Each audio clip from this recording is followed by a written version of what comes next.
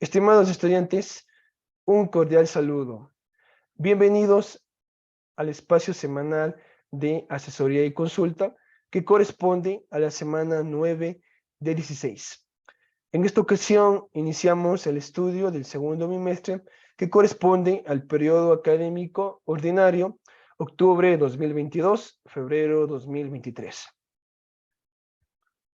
Juan Diego Guamán, tutor del Departamento de Ciencias de la Educación, le desea el mejor de los éxitos en esta etapa final del semestre que usted está cursando. A continuación, vamos a compartir un recurso junto con recomendaciones, asesorías, explicaciones y estrategias que le van a permitir afianzar nuevos conocimientos y especialmente los va a poder relacionar con sus saberes previos y con cada uno de los diferentes apartados o unidades que hemos estudiado en el primer bimestre dentro de lo que corresponde a diseño y evaluación de proyectos educativos. Por favor, me gustaría que me confirmen si ustedes están observando la presentación en pantalla completa. Vamos a esperar a que se cargue.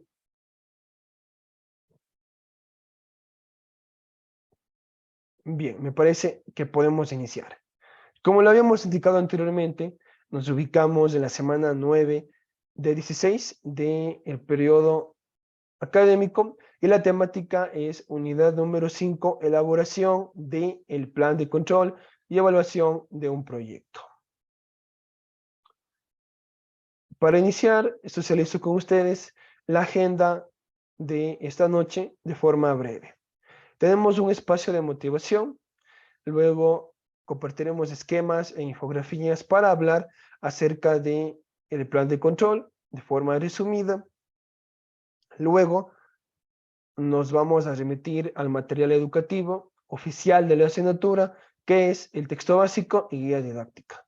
Enseguida corresponde que compartamos y socialicemos todas las actividades que son objeto de evaluación en el segundo bimestre y que constan en el plan docente y que a su vez están distribuidas en los 3 componentes del aprendizaje. A continuación, es relevante que nosotros conozcamos la secuencia didáctica de la semana 9 y que consta en el plan docente. Ya en la parte final tenemos actividades de aprendizaje recomendadas, estrategias para fortalecer su estudio y sus habilidades en la formulación, programación, gestión y evaluación de proyectos socioeducativos específicamente. Y también tenemos el espacio para las preguntas en el caso de existir. Estimado profesional de información, tome en cuenta que la semana 9 no tiene actividades evaluadas. No obstante, es importante que usted participe en esta video tutoría o observe su respectiva grabación.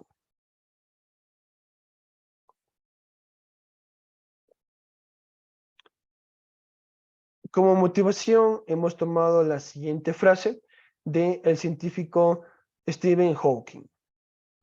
Por difícil que parezca la vida, siempre hay algo que puedes hacer y tener éxito.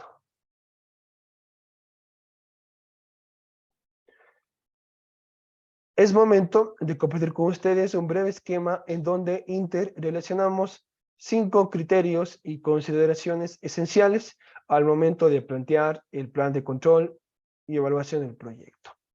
Partimos de un elemento importante como es el cronograma de actividades, en donde están tareas, responsables, recursos y sobre todo la distribución del tiempo para ejecutar y cumplir con dicha actividad. Otro elemento esencial son los recursos, tanto económicos como otros equipamientos que son necesarios para el proyecto y que lo hemos estudiado en acápites anteriores. También es relevante que todo equipo gestor de un proyecto considere los posibles riesgos y, en el caso de presentarse, tiene que tener claro un plan de contingencia para poder enfrentar estos riesgos, específicamente en términos de incumplimiento o de ineficiencia con objetivos y resultados del proyecto. En el caso de presentarse estos riesgos, el equipo gestor del proyecto, los coordinadores, los líderes y participantes del mismo deben de generar las mejoras, cambios, ajustes y reformulaciones en el proyecto, a fin de garantizar eficiencia, eficacia y calidad en el rendimiento, no solo en el talento humano, sino específicamente me refiero a los indicadores de comportamiento y de gestión del proyecto.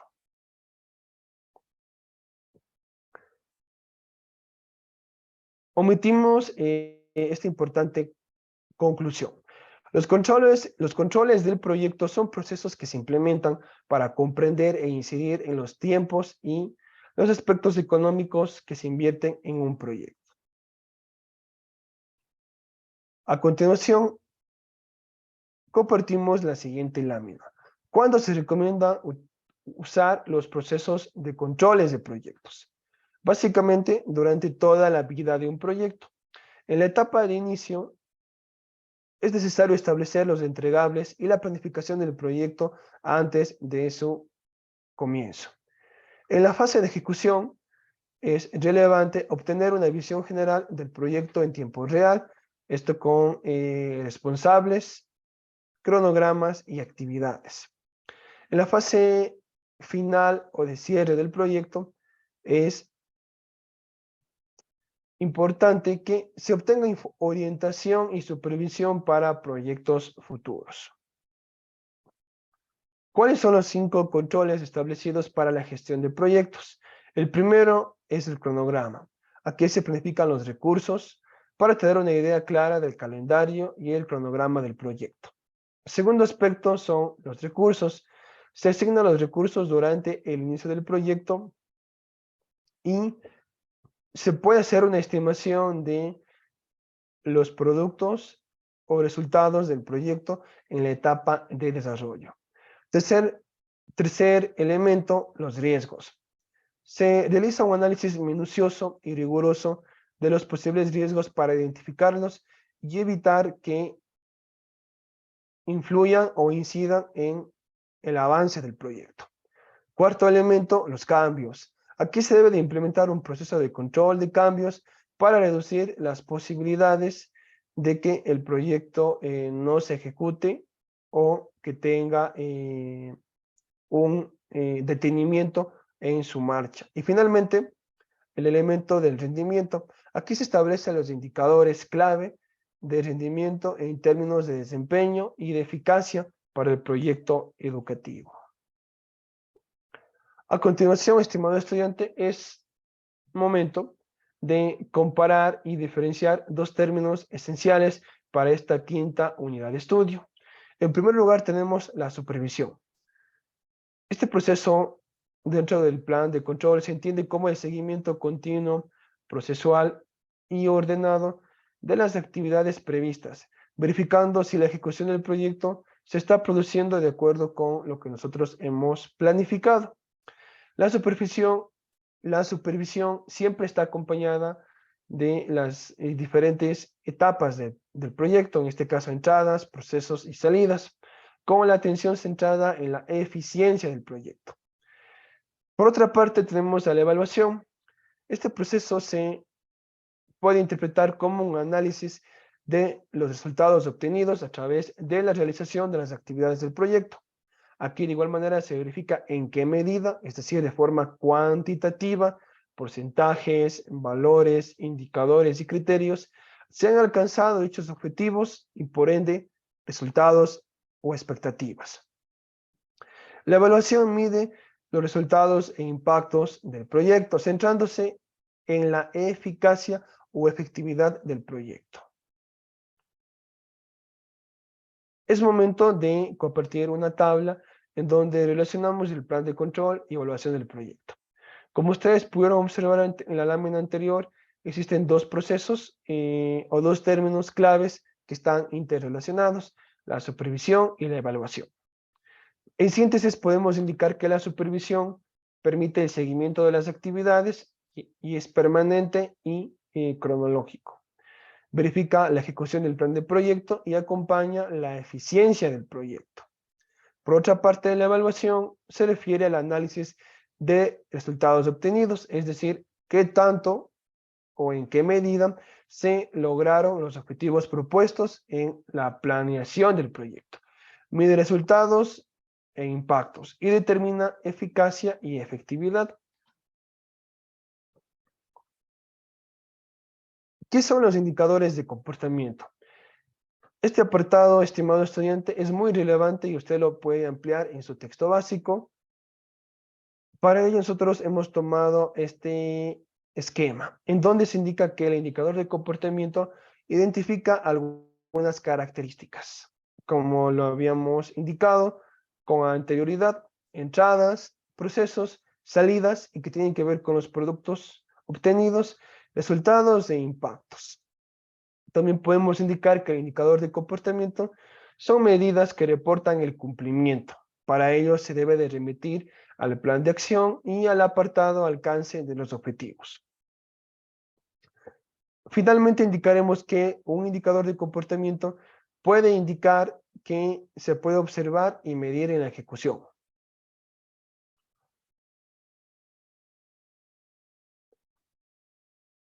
Ahora es momento de referirnos acerca de los indicadores para supervisar y evaluar proyectos, es decir, indicadores en la gestión procesual de los proyectos educativos. Estos contemplan 5 ejes: los recursos, en donde se establecen indicadores de entrada; el trabajo, que hace referencia a las actividades y tareas, y por lo tanto se plantean o se redactan indicadores de proceso; el tercer eje, productos o servicios, que en este caso se enfoca en los indicadores de salida; el cuarto eje, resultados o beneficios, que en este caso se van a redactar en función de indicadores de resultados; y el quinto eje, impactos o beneficios extendidos, que se consideran como indicadores de impacto.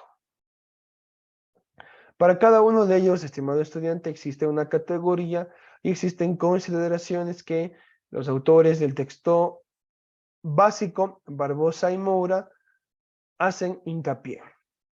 Enseguida compartimos con ustedes un ejemplo de indicadores de supervisión y evaluación a través de una tabla de triple entrada. Como ejemplo se toma el proyecto de desarrollo de nuevos materiales didácticos para la educación secundaria. En lo que corresponde al criterio de supervisión, existen 3 tipos de indicadores: entrada, proceso y salida. Y con relación a la categoría de evaluación, existen 2 indicadores: de resultados e impactos.